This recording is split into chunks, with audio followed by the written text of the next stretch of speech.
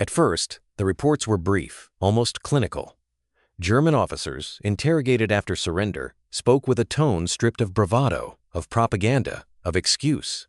They did not boast of victories, nor did they seek to denigrate the men they had faced. They were careful, measured, precise. They were not what we expected, one wrote, and in those 6 words, a quiet alarm sounded. The Americans had arrived with a confidence that was neither arrogant nor careless.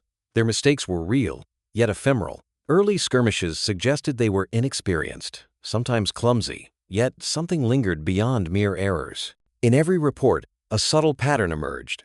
It was not brilliance, it was persistence. It was not elegance, it was weight. And the Germans, accustomed to reading men as predictably as maps, found themselves confronted with something unfamiliar. They were not dismissed as amateurs, as one might dismiss a raw conscript, nor were they praised as superior tacticians. Instead, they were catalogued, observed, tested against every assumption the Wehrmacht had carried across Europe. Soldiers who should have faltered under artillery, under winter, under hunger, survived. Units shattered in one encounter reappeared in the next, often under new officers, often with weapons replaced faster than the Germans could destroy them. The tone in the reports was calm, almost unsettling in its honesty. It was a respect that carried no warmth. There was no camaraderie, no admiration, only recognition. Recognition that this enemy did not conform to the templates the German command relied upon. At the edges of the notes, phrases repeated themselves. Persistent, adaptable, resilient. Words meant to measure, but they carried a weight the officers could not ignore. And yet, in that early stage, there was no clarity, only foreboding. The Americans had not yet revealed the full scale of their potential. Their methods were crude, their coordination uneven. But the underlying principle was undeniable. They endured, they learned, they returned. For the first time, German officers faced the notion that a foe could be neither easily defeated nor easily understood. What they did not know, what they could not yet quantify, was that this resilience was systematic. It was industrial, social, inexhaustible, and it would not bend to tradition, doctrine, or experience. In these quiet post-war reflections, before the Americans had fully arrived on the European battlefields, German commanders carried a set of assumptions as rigid as any formation. They imagined a soldier molded by comfort, shaped by convenience, ill-prepared for the grind of attrition. In the quiet of post-action reports, they described a force they believed would falter under sustained pressure, slow to react, prone to panic when faced with the grim arithmetic of war. They expected Americans to be soft, to hesitate under fire, to crumble where discipline demanded endurance. The early encounters seemed to confirm these assumptions. Patrols reported predictable movements, supply lines often exposed, and tactics that reflected individual initiative rather than cohesive doctrine. Officers wrote that these soldiers over-relied on mechanization, believing that tanks, trucks, and artillery could replace experience and courage. Casualties, they assumed, would have a psychological toll that no society could endure. These were men, they believed, untested in the calculus of prolonged conflict. Confidence hardened into doctrine. German strategy manuals began to reflect these biases. Training emphasized exploiting perceived weaknesses, ambushes on open roads, attacks against isolated units, and reliance on shock and firepower to break fragile morale. There was little anticipation that the Americans could adapt, learn, and reorganize faster than doctrine allowed. Each report reinforced a dangerous complacency, a belief that victory required not excellence, but merely endurance against a supposedly fragile opponent. Yet, beneath this false confidence, subtle notes in the reports hinted at irregularities. Small victories sometimes failed to translate into decisive outcomes. Units rebuilt themselves faster than expected. Firepower did not always compensate for lack of cohesion. And in the officers' diaries, one phrase began to appear quietly, almost as a whisper: persistence. It was not yet fear, not yet respect, just a faint recognition that reality might diverge from expectation. The myth of the weak American soldier, of the society unsuited for war, framed every German calculation in these early years. But the battlefield has a way of testing assumptions, of eroding certainty, and the first cracks in that myth were already forming. The question lingered, unspoken in doctrine but increasingly present in observation. If these men were capable of enduring even this early strain, what would happen when their society fully mobilized? In the opening encounters, German commanders were meticulous in recording American errors. They noted soldiers moving across open fields without concealment, vehicles following predictable routes, and positions revealed by careless signals. The reports did not sugarcoat mistakes. They cataloged them with a clinical precision, as if writing down variables in an experiment. Poor camouflage, predictable formations, overconfidence in firepower. These were the patterns that made early engagements appear manageable. American inexperience under artillery fire was another constant. Units hesitated under barrage, misjudged shell impacts, and sometimes froze entirely while commanders scrambled to reorganize. Yet even in these moments of vulnerability, there were signs that this enemy was learning, absorbing each encounter as though mistakes were data rather than fatal flaws. German officers exploited these early weaknesses, achieving tactical success with surgical efficiency. Yet they could not ignore the resilience of the force they faced. Reports from the front described the Americans as clumsy, often inefficient in maneuver, slow to coordinate support weapons, and reliant on sheer numbers to compensate for missteps. They were not brilliant, but they were persistent. Every advance, every withdrawal, every miscalculated assault became a lesson, meticulously recorded and adapted in real time by the opposing commanders. What initially seemed like a controllable threat began to feel like a puzzle with shifting pieces, each move hinting at something larger beyond immediate appearances. These early skirmishes, however, reinforced German confidence. Officers believed they had found a template: disrupt, outmaneuver, destroy. The Americans could be punished, their mistakes exploited, and their formations broken. But even as tactical victories accumulated, subtle anomalies began to surface. Units would return after losses, equipment reappeared faster than expected, and soldiers displayed a quiet determination under conditions that would have shaken others. The enemy, it seemed, was not merely clumsy, it was adaptable. Each failure was temporary, each retreat a prelude to return. German commanders began to sense a creeping uncertainty, a realization that managing the Americans would not be as simple as textbooks promised. They were learning faster than anticipated, and the battlefield's rhythm was slowly shifting beneath the feet of even the most disciplined German units. By the close of these early encounters, the Germans faced a disquieting truth. The mistakes they exploited were ephemeral. The Americans' errors did not define them, they refined them. And in that quiet acknowledgement, what had once seemed predictable began to shift. German officers noted it first in small, almost imperceptible ways. Units that had stumbled in one skirmish no longer repeated the same errors in the next. Positions that had been exposed were now fortified. Patrols moved with a quiet deliberation, adapting to terrain, weather, and the known enemy with a speed that unsettled even seasoned commanders. The Americans were learning, faster than any human expectation, faster than doctrine seemed to allow. Tactics evolved between engagements in a way that defied traditional measurement. Infantry worked in tighter coordination with armor and artillery, suppressive fire covering maneuvers that previously would have faltered. Supply lines, once vulnerable, were reorganized, trucks appearing at precise intervals to maintain momentum. German units began to notice a pattern. Support weapons that had been delayed or misused suddenly arrived on time, in place, and in overwhelming force. It was as if experience itself had been industrialized. Reports grew increasingly detailed, documenting these changes with a mixture of disbelief and analytical rigor. Coordination improved unnaturally quickly. Radios, once ignored or mismanaged, carried clear instructions. Units moved in harmony across sectors that had previously been disjointed. German observers, accustomed to the slow rhythm of conventional armies, began writing the word that would appear repeatedly in subsequent accounts: adaptation. This was no ordinary learning curve.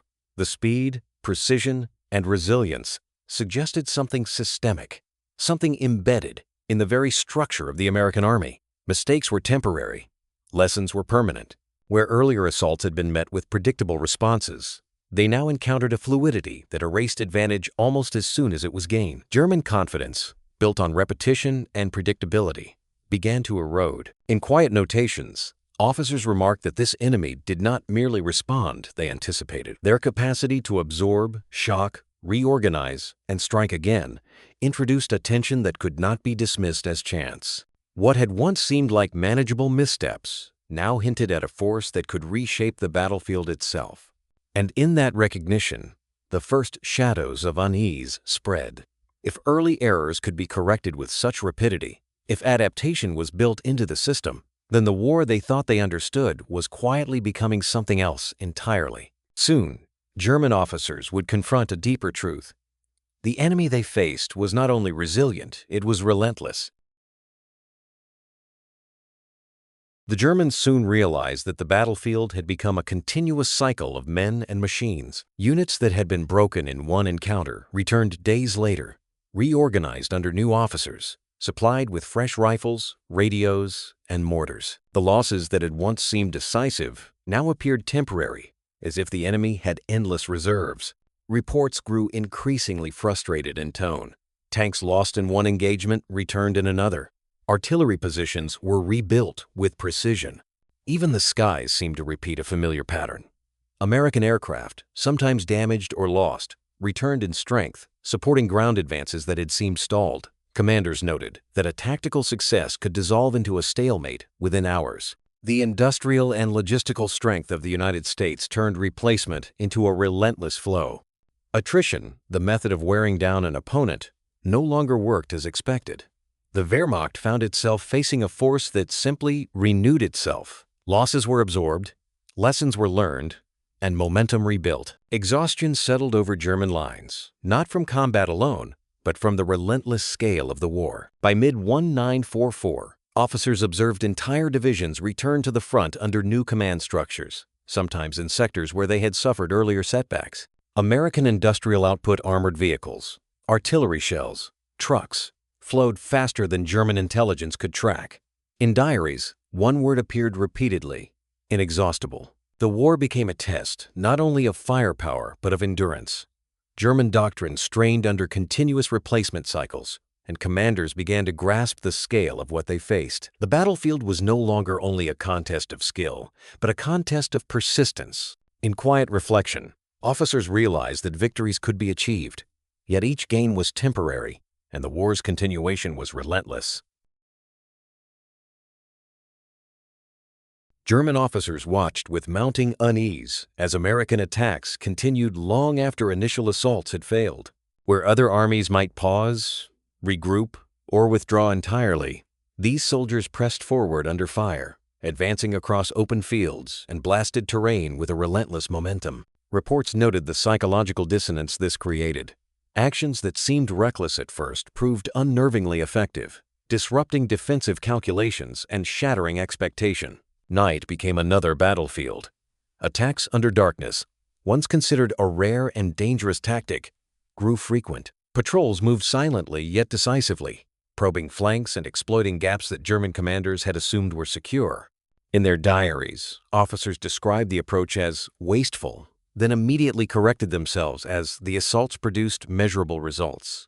The Americans did not conform to the established rules of engagement. They operated under a rhythm that was foreign and unpredictable. Predictability, a cornerstone of German strategy, disappeared. Defensive plans, once meticulously layered, faltered under a succession of continuous, adaptive assaults. Each retreat was temporary, each regrouping short-lived. Commanders who had relied on timing and formation now found their calculations irrelevant, their controls slipping in the face of a foe whose persistence defied the limits of conventional logic. The reports grew terse, almost clinical, as the psychological strain became evident. Soldiers and officers alike recorded the growing difficulty of anticipating the Americans' next move. Defensive lines once assumed impregnable were probed and penetrated in ways that were both straightforward and disorienting. The enemy's audacity, paired with unyielding consistency, undermined confidence as effectively as any artillery barrage. By the end of these engagements, German officers realized a profound truth. It was not the brilliance of the Americans that unsettled them, nor their technical skill. It was their refusal to follow the expected patterns of war. Every tactical advantage gained could be undone not by counterattack alone, but by sheer, unrelenting aggression. The battlefield had changed. Control eroded quietly, steadily, and without the flair of heroism. And in that erosion, German commanders began to glimpse the larger consequence: an enemy who would not yield, who would not pause, and whose aggression was itself a weapon of strategic disruption. Soon, they would confront yet another layer of this threat. The Americans' overwhelming mass and firepower, wielded without subtlety but with undeniable effect. German officers wrote with a mixture of frustration and awe. The Americans were not refined soldiers. They lacked the subtlety of maneuver, the precision of timing, the artistry of small unit tactics that the Wehrmacht prized. Elegance on the battlefield, the careful coordination of attack and defense was absent. Yet what they lacked in finesse, they compensated for with something far more dangerous: sheer, unrelenting mass. Problems that might have been solved with maneuver were met with overwhelming firepower. Infantry supported by tanks, tanks supported by artillery, artillery supported by air. Every obstacle was approached as if it could be erased rather than outflanked. Resistance became unsustainable not because of brilliant tactics, but because each breach, each fortified position, was met with an escalation that was impossible to ignore or counter. German officers noted the relentless logic. When in doubt, the Americans applied volume. When in doubt, they struck harder, faster, heavier. Artillery replaced subtlety. Where a delicate maneuver might have been expected, an American bombardment leveled terrain, suppressed defenders, and reshaped the battlefield before a single infantryman advanced. Negotiation of terrain and position, the intricate chess of battle, was replaced by the blunt calculus of firepower. Reports describe towns, crossroads, and ridges falling not to cunning but to persistent, overwhelming application of force. Even as officers criticized this lack of elegance, they could not deny its effectiveness. The Americans solved tactical problems by sheer weight, by numbers, by relentless application of their resources. Where German formations might regroup after an engagement, the Americans struck again and again, forcing exhaustion into the defenders' calculations. The battlefield became a contest of stamina as much as strategy, and the massed force of the Americans could not be ignored, outwitted, or fully contained. In every diary, memo, and interrogation, the same truth appeared. Elegance was absent, but the results were undeniable. The American approach was neither sophisticated nor subtle, but it was devastatingly reliable. Resistance crumbled not because of brilliance, but because the weight applied was inexhaustible and uncompromising. And as the Germans recalculated their expectations, they faced a realization that would shape the coming months. The enemy's greatest weapon was not innovation or finesse, but the simple, terrifying force of persistence multiplied by volume. Soon, they would encounter another dimension of this pressure: the unrelenting air-ground coordination that punished every movement, every hesitation, and left the defenders hunted at every turn.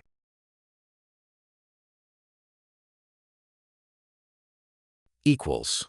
The battlefield itself seemed to shrink under the Americans' coordination. From above, aircraft traced every movement, spotting concentrations of men and materiel, relaying positions with precision that German officers found disorienting. No maneuver went unseen, no column unmarked. Reports describe a claustrophobia that settled over command posts. Every decision observed, every attempt at concealment punished almost immediately by artillery or airstrike. The sense of being hunted was inescapable. Rapid, near instantaneous responses became the norm. Where German units had once relied on the luxury of time to consolidate, to plan, to reposition, they now found themselves forced to react continuously. Artillery fell with uncanny timing, suppressing infantry before it could advance, flattening fields that had been cleared only hours before. Movement itself became a liability. Officers described the strain of maintaining control under pressure so constant it was almost physical. Planning, once a methodical process, became impossible. Each decision had to account for the invisible eye of observation, the inevitability of rapid counterfire, the relentless pace of an enemy unafraid to advance under threat. Rest became rare. Sleep in rear areas was punctuated by distant explosions, radio chatter, and reconnaissance flights overhead. Fatigue replaced confidence, and the mental weight of perpetual exposure began to erode judgment as effectively as any direct engagement. German diaries reflect a creeping desperation. Small victories felt fleeting. Positions gained could be lost before consolidation. Even well-disciplined units reported the inability to anticipate the rhythm of attacks. The battlefield was no longer simply contested. It had become a cage, defined by constant pressure and relentless observation. The Americans' coordination imposed a tempo the Germans could neither ignore nor match. By the time engagements concluded, officers admitted that the physical and psychological toll was inseparable. Soldiers were not only threatened by firepower, they were threatened by the unbroken cycle of attention and punishment. Confidence, once a foundation of command, was replaced by doubt and exhaustion. The war, it seemed, was as much a test of endurance under scrutiny as a measure of skill or courage. And in the quiet of the post-action reports, a troubling realization emerged. No maneuver, no defensive line, no clever tactic could fully escape the ever-present eye and the unyielding hand of this coordinated machine. The pressure would continue, unrelenting, until it revealed the next dimension of the American advantage: persistence beyond expectation. The language of German reports began to shift. Where once officers dismissed the Americans as careless, inexperienced, or prone to error, those words slowly vanished. In their place appeared terms that carried a weight of grudging recognition: persistent, unyielding, resilient. The enemy that had been underestimated was no longer defined by mistakes. It was defined by follow-through, by the quiet, relentless ability to return, to reorganize, to endure. Reports noted competence with a precision that bordered on awe. Not brilliance, not flashes of genius. These were not prodigies of war, but a steady, methodical application of force that wore down resistance. Units that had faltered before now advanced with a rhythm that German officers struggled to interrupt. Plans that had relied on error and miscalculation no longer succeeded. The war was no longer a series of tactical exchanges. It had become a countdown, a slow, inevitable grinding toward an outcome the Germans could only delay, never prevent. Observers recorded small but telling details. Squads that had retreated regrouped. Officers who had been killed were replaced without pause.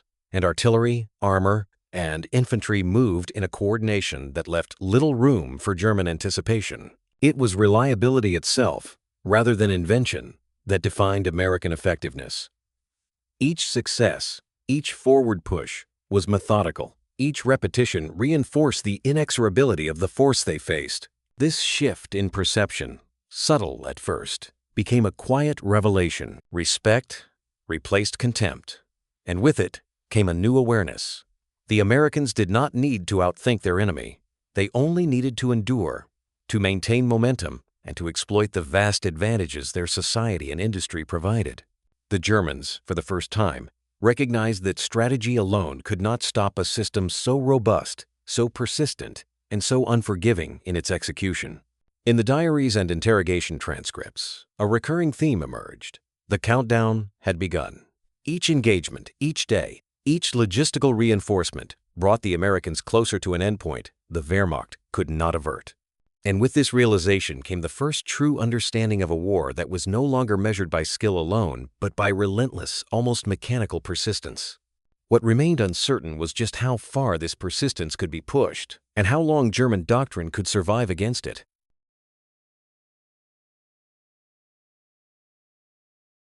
German officers confronted a truth that cut deeper than any battlefield wound.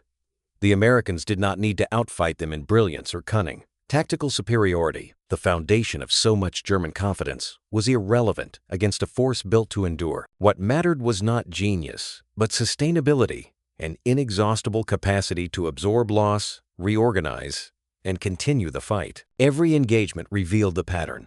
Units that had been annihilated returned to the front lines, their ranks filled with replacements, their weapons restored. Artillery, tanks, and aircraft arrived with a speed that made attrition almost meaningless. Losses did not shatter momentum. They postponed it only briefly. Victory could be delayed, but defeat had already become mathematical. German planners began to calculate not if they would be overwhelmed, but when. Morale, too, shifted quietly yet profoundly. Where once soldiers clung to hope after victories, now they measured survival. Engagements became exercises in endurance, and the Americans' relentless capacity to recover eroded the psychological foundation of the Wehrmacht. Defenders were forced to acknowledge that stopping this enemy would require more than skill or bravery. It would demand resources, time, and a resilience that Germany no longer possessed. Reports and diaries emphasize a slow, grim acceptance. Strategy alone could no longer dictate outcomes. Every gain, every tactical triumph, was countered by replenishment, by persistence, by the industrial might that kept the Americans moving. Survival, not victory, had become the operational reality for both sides. But for the Germans, it was a survival measured against the inexhaustible engine of an enemy whose losses were temporary, whose follow-through was absolute. And in that recognition lay the starkest fear. Even flawless execution could not arrest an adversary whose strength lay not in brilliance, but in endurance, in the immutable rhythm of sustained pressure that promised only one certainty: the eventual conclusion of the war. The next challenge would crystallize this realization further. German doctrine, tested relentlessly, would begin to fail on a scale no individual battlefield skill could remedy. German tactics, in isolation, retained their potency. On small sectors of the front, units still executed maneuvers with precision. Artillery struck with disciplined timing, and infantry assaults broke local resistance. Reports attest that individually, German soldiers and commanders remained effective, capable, even lethal. There was no collapse of skill, no decay of courage. Their doctrine, honed over years of conquest, still functioned where it could be applied in concentrated form. Yet the system that had once made these tactics decisive now faltered at scale. The depth required to sustain operations across multiple fronts simply did not exist. Losses could no longer be replaced, equipment could not be restored fast enough, and reinforcements lagged behind the relentless pressure applied by the Americans. Tactical victories, once decisive in determining outcomes, became temporary, isolated events that failed to alter the broader course of the campaign. Officers noted the quiet erosion of strategy. Even as they held ground in one engagement, the wider battlefield shifted under the inexhaustible resilience of the Americans. Doctrine, designed to exploit weakness, found itself repeatedly outpaced by a system that replenished, adapted, and endured. Local success could not translate into operational or strategic advantage. The Wehrmacht was still competent. It was merely overwhelmed. This tension became a recurring theme in diaries and post-war interrogations, a paradox of skill without effect. Units fought effectively, but their victories were neutralized by the larger machinery of American persistence. The calculus of attrition, once a reliable tool, failed against an opponent who could absorb loss without altering momentum. Strategy did not shatter, it collapsed quietly, almost imperceptibly, leaving commanders aware of failure before it had fully manifested. By mid-1944, German officers understood the bitter truth. Their doctrine had not been destroyed, but it had been outscaled. Every maneuver, every precise strike was measured against a force whose depth and endurance could not be matched. The battlefield had ceased to reward competence alone. It demanded systemic resilience, and in that measure, the Americans were unsurpassed. What remained to be seen, officers realized, was how long any local success could persist before the inexhaustible tide returned to erase it entirely. German officers were unflinching in their assessments. Their reports struck a balance between respect and critique, cataloging strengths with the same precision as weaknesses. One of the recurring observations was the Americans' over-reliance on firepower. Tactical problems that might have been solved with maneuver or subtlety were often met with overwhelming artillery, massive bombardments, or armored thrusts. It was effective, but it left a trail of destruction that the Germans could not ignore. Collateral damage was heavy, noted officers. Entire villages, fields, and crossroads were often flattened to secure objectives. This indiscriminate application of force revealed a strategic calculus that valued outcome over refinement, result over elegance. Yet even in critique, there was acknowledgement. The Americans accepted these costs to maintain momentum, and in doing so, they avoided the hesitation that might have cost them dearly. Early in the war, junior leadership showed inflexibility. Young officers hesitated under fire, delayed decisions, or failed to adapt to unexpected conditions. German reports describe slow initial reactions in several sectors, moments when rapid exploitation could have turned the tide. But even here, the pattern was clear. Errors were temporary, corrected quickly, and seldom repeated, reinforcing the underlying threat of persistence over brilliance. The tone of these critiques was clinical, almost dispassionate.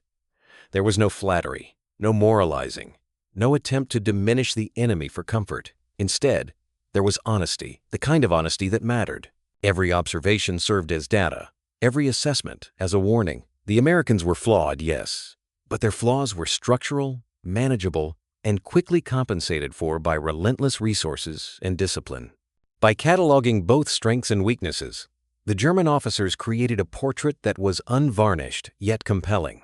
It revealed not heroes, but a system resilient, adaptive, and unyielding. Their criticisms mattered not because they diminished the Americans, but because they exposed a force that could not be ignored or underestimated. And in that cold, factual reflection lay the growing realization. Their enemy was not invincible, but it was inexhaustible, and the gap between tactical skill and strategic endurance was already proving decisive.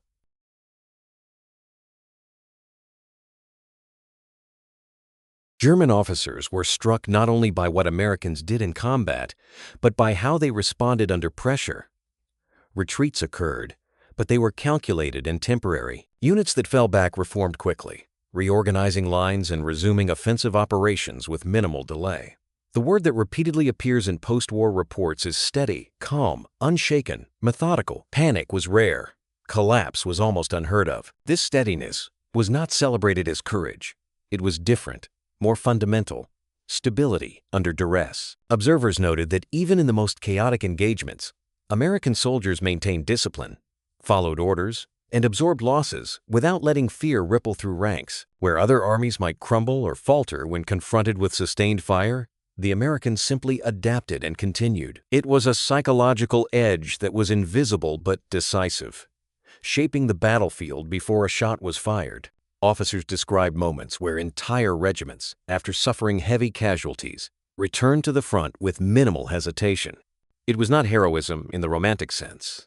It was endurance, consistency, and the quiet understanding that the war demanded persistence above all. Even inexperienced units displayed a calm that seemed taught, not inherited, a psychological architecture designed to survive and persist in prolonged conflict. Reports emphasize that this emotional steadiness eroded German calculations as much as artillery or armor. Defensive lines, meticulously prepared, were tested not only by firepower, but by the unrelenting constancy of their opponents. The Americans' refusal to succumb to fear meant that attrition and shock were less effective, and German morale began to waver against an enemy who could outlast both effort and expectation.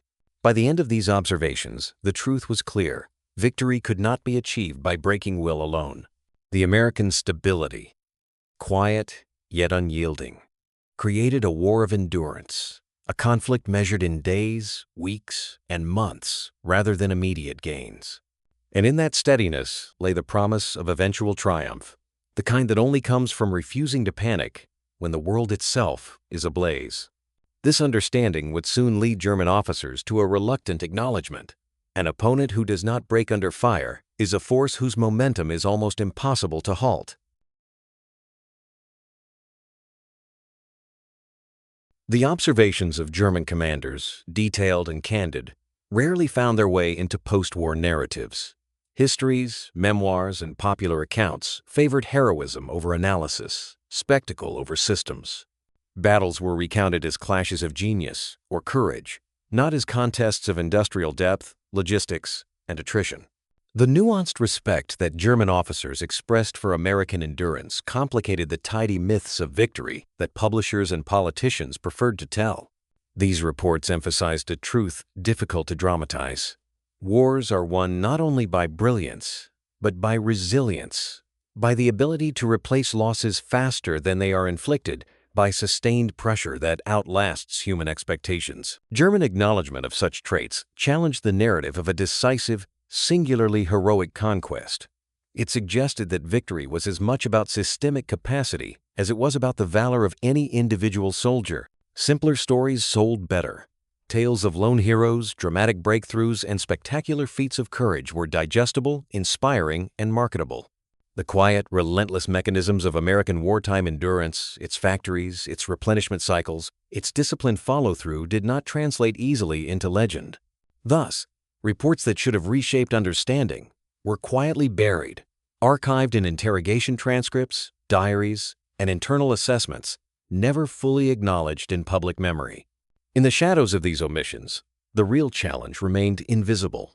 The American strength was structural, methodical, and often unglamorous, yet it proved decisive. German officers had recognized it, analyzed it, and documented it with honesty. But post-war narratives seeking clarity and heroism chose to ignore this inconvenient truth. And so, the voice of the enemy, candid and instructive, was silenced for decades, leaving historians to rediscover the reality. A force that was relentless, adaptable, and enduring, and a war won not just by brilliance, but by the inexhaustible capacity to persist.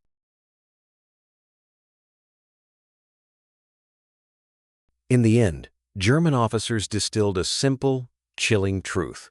The Americans were not the finest soldiers in terms of individual skill. They were not elegant in maneuver, nor were they the most seasoned by European battlefields. Experience alone did not mark their distinction. Yet these omissions did not matter. What mattered and terrified the Wehrmacht was their persistence. They were the hardest to stop.